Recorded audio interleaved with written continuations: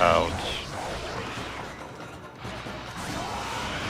It's not impossible, but a little bit difficult sometimes.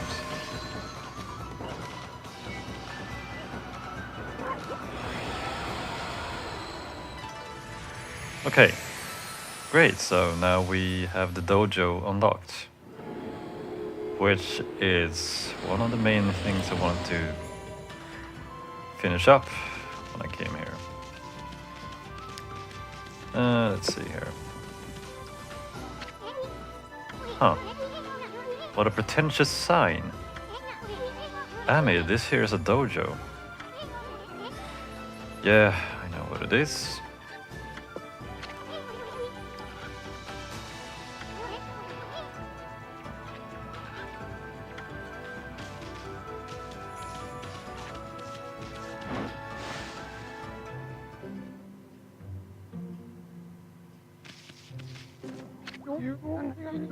Well, what have we here? It looks like I have an adorable Lupin visitor. My name is Onigiri-sensei, and this is my dojo.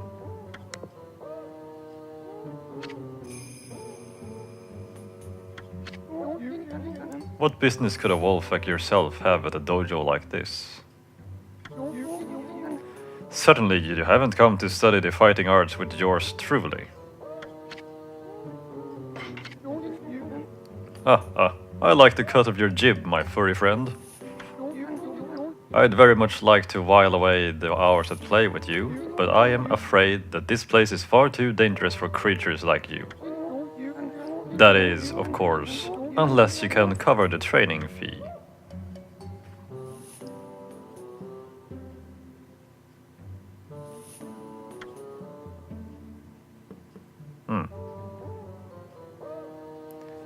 Well, there's not much else to spend the money on, so... I'll be a monkey's uncle. You've got the cash, have you? I see. I suppose I have no choice. I'll do as you wish and allow you to enroll in my dojo. Okay.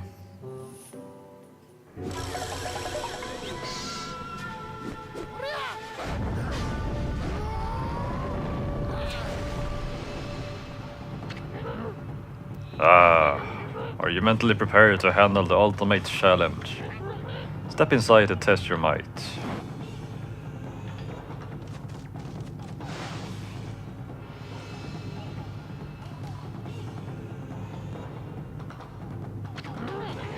Let the lesson begin. We'll practice the Four Winds reflector technique.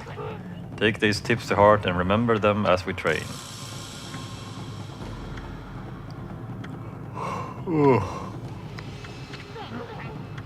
Yes.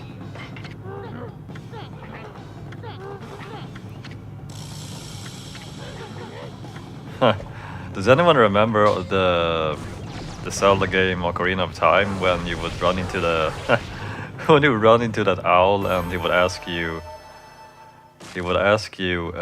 did you understand all that or something? And they would put no as the first default choice. So if you just pressed B or A or whatever, you would automatically choose to listen to his lecture again.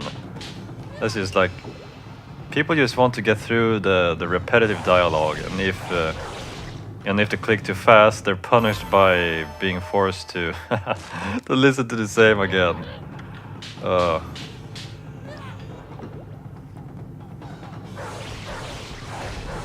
I can't tell if it's either some kind of dark humor they have, or if they're just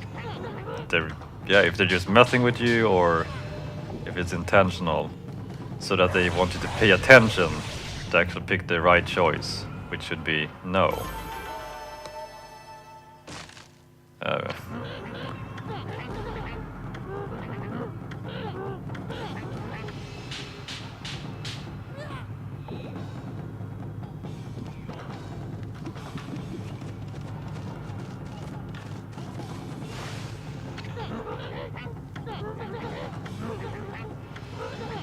Yeah, sometimes I wish you could just skip most of this dialogue.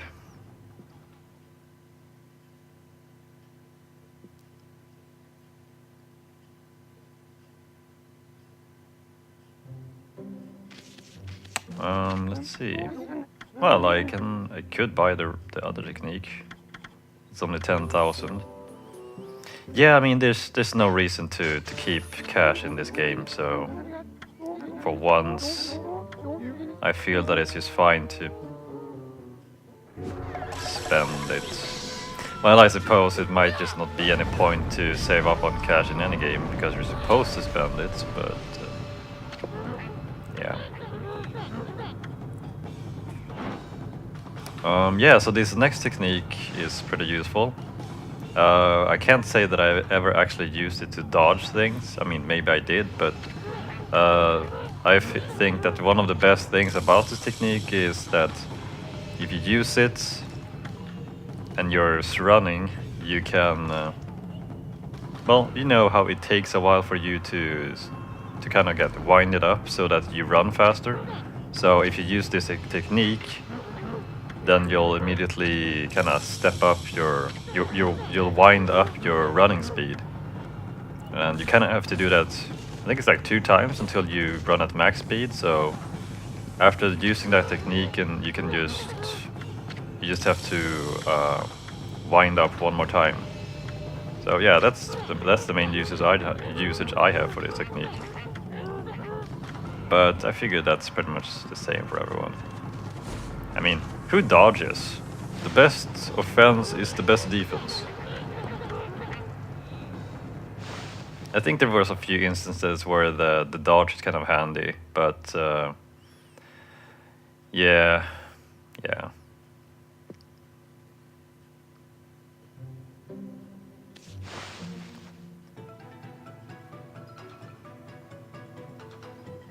I guess it's just some kind. Oh damn! Like maybe I could have actually gotten that one. Damn. Yeah, it's like I can't say that I ever actually dodge or guard much. Like when I play fighting games, I used to play Soul Calibur a lot back in high school. So I think it was Soul Calibur 2, and whenever I played it against friends, we would almost never actually guard. Press the wrong button. So we would attack almost all the time, or try to depend on guard breaks. Or at least the others depended on me. I just tried to attack. Either that or dodge their attacks. With some varying success. I mean, it's just, yeah. I tried to guard sometimes, but then I used to get stuck in that stance, so it's like I'm left with just guarding. Oh, I need to buy some food bags.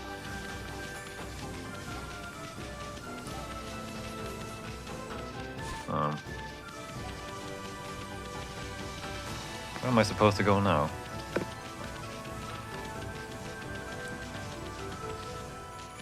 Can't remember. Oh well. Yeah, so let's save, and we'll be back later to finish up the rest of the things we can do here. Welcome back, guys. So we are playing some more Okami, and right, so there are a few things that I haven't done here yet. Trying to remember which ones.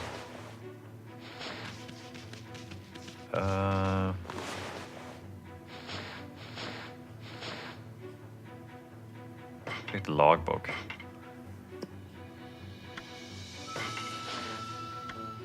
I can talk to Sakuya, okay.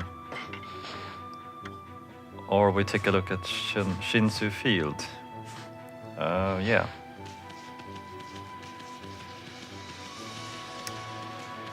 Yeah, so there is a brush technique that you can acquire here. What is that? Oh.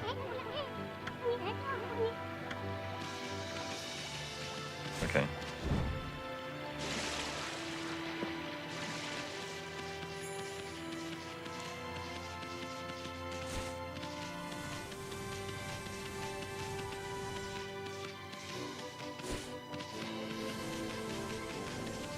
Right, so I need that bomb technique.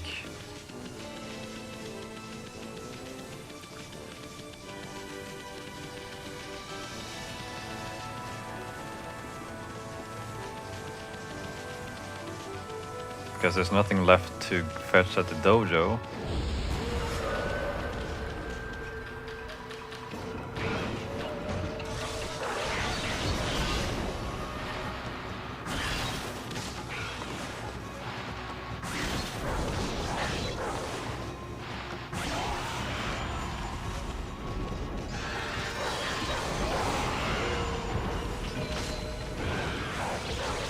Oh, I thought I got behind him, but I guess not.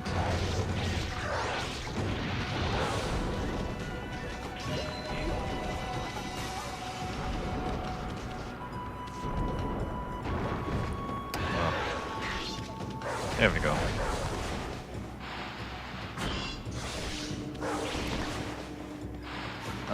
Trying to get him before he submerges again. Come on, why does he keep blocking it? There we go.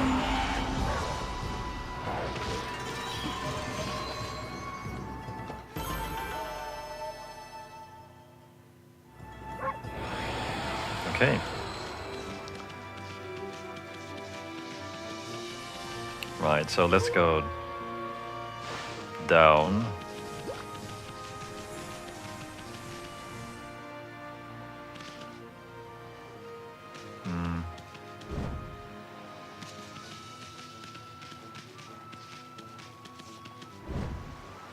Ah, yes.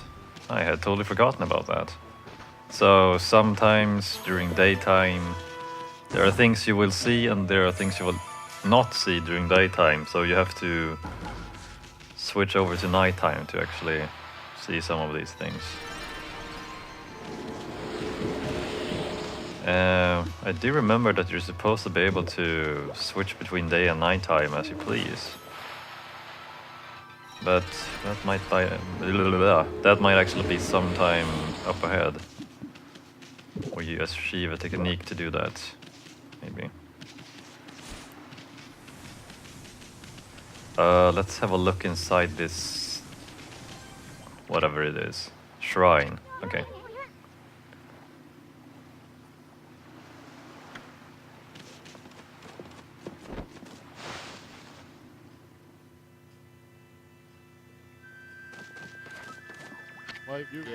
Oh, dear me, this is awful.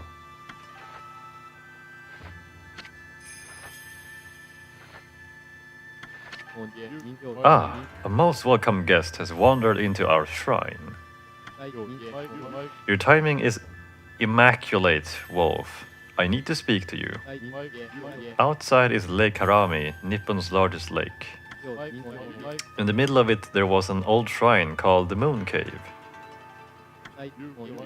But it's completely disappeared, vanished into thin air.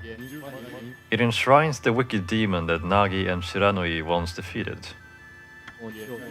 It housed Tsukuyomi, the fabled sword that keeps the demon at bay. That demon, its name was... No, I'll be cursed if I say it. Anyway, the point is, what on earth has happened to the shrine? It's guarded day and night by the Tao Master Waka. On the one occasion he has to go back to the city, this happens. Oh dear.